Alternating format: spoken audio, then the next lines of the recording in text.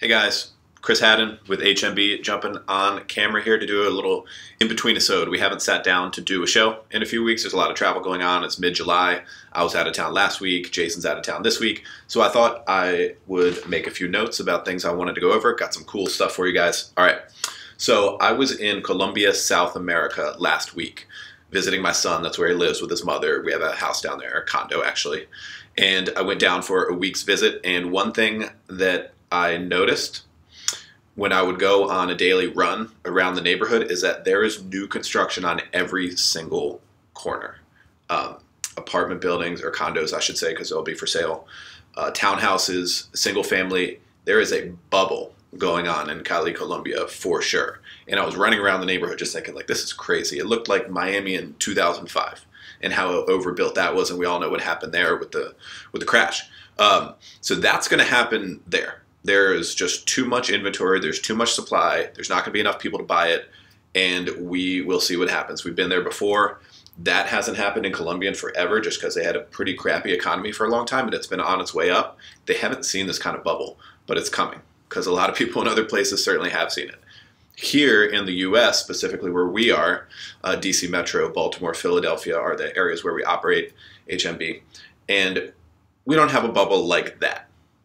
The market's been on its way up for a while.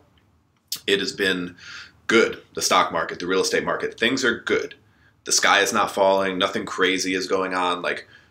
There's not any kind of emergency. It's just the time to be smart, to pull back a little bit, increase cash reserves, tighten up on your underwriting, whether you buy or lend or have rentals. Just tighten up and get ready because markets go up and then markets come down. Okay. Another thing related to travel. You guys might have heard me talk about this before, but in my experience, travel and creativity go hand in hand.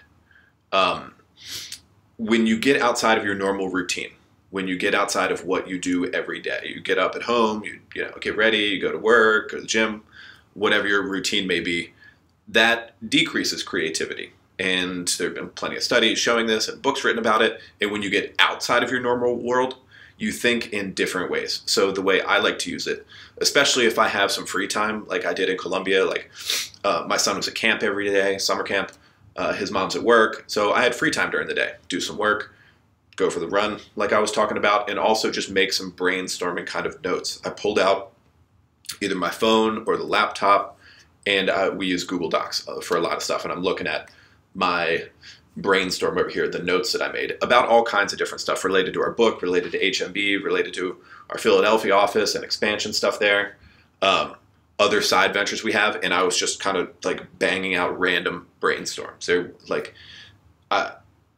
it's important to not hold yourself back. They don't have to be perfect. They're just thoughts. They're just ideas. I made the thing. I have about 10 or 12 different little bullet pointed notes. I shared the document with Jason. Now he's on vacation this week and he's commenting on the things that I have and asking questions or clarifying or what do we do with this or throwing out ideas. And so even though I was out of town and now he's out of town, we're collaborating on new type stuff that might get put on the goal sheet for this year, this month, this year. So a lot of it will get scratched. Nah, we don't need to do all that because they're just ideas. They're just brainstorms. But that kind of brainstorming, creativity, and travel work really, really well together. So think about that on the next trip you have coming up. Okay, also moving on. The Day Winner, the fake Day Winner app that you can probably see on my door over there. Now, what that is my own personal little system for productivity. I have a point scoring system to, in essence, track or rank how productive my days are based on different actions and the point value associated with that. And I'll tell you why that is. I wanted a more clear way to define my productivity. Hours doesn't do it for me. Just hard work, that idea. I don't even know what that means really. So I wanted something more clear, a better way to define what I was doing. So I came up with the point scoring system. So the idea is that there's no transactional stuff on there. It's very important to make that distinction up front. Whatever your business is, just doing the transactional part of your business doesn't score points on the Day Winner. So anything doing related to loans or buying properties or what have you, doesn't score points. It's making something bigger and making something better. So marketing related stuff, maybe raising capital, maybe improving some kind of operation, implementing a new software, training a staff member on something new. Stuff like that scores points. Also personal development things like exercising, meditating, learning, like reading or listening to a podcast, something like that. And I try to score points every single day, and I keep it on that glass door to my office so that it'll be right in front of me. I mean, I walk in and out of here 20, 30 times a day, something like that. And as I'm going throughout the day, the different actions that I do that score points, I just tally it up. And I might tally up after the week. I was doing that for a long time. I've probably been doing this for 2, maybe even 3 years now. No one else really uses that exact system around the office except for me. I know that other people like Jason do it kind of mentally. I personally like to have it very visual and right in front of me.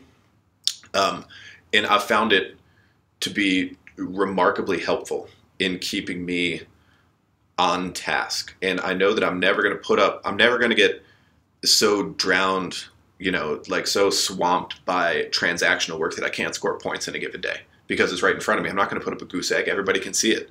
I'm not going to have a 0. I just don't. And that's kind of my accountability for making sure that happens. Day winner, fake app, we call it, because it only exists on the glass door in my office. But very, very helpful concept. Think about it and how you can apply that to what you do, because the reality of it is that people just get bogged down in transactional work. Call that productivity. In my opinion, it's not. It's just doing the necessary evil, the necessary kind of block and tackle of what your business may be. But the real point scoring productive activity is other stuff, is that making something bigger and making it better. Cool. Moving on for a second. Okay, I like hip hop music, and there's a song out there now that I heard on Sirius XM, and then I went to look it up, and I'll play it on Apple Music now. Something different I'd never heard before. The song is called Make 10 by a rapper named Lou Got Cash. And it goes, make 10, spend 2, save 8. Now, when have you ever heard that kind of rhetoric from a rapper? Something like that. Very interesting. Good for you. Lou Got Cash. It's also a really hot song. Go check it out. All right, Chris Haddon, HMB. In between episode, I'm going to try to do these more often here in the near future and moving forward. So check it out. Hope you enjoyed it. Got something from it. Have a great week. Peace.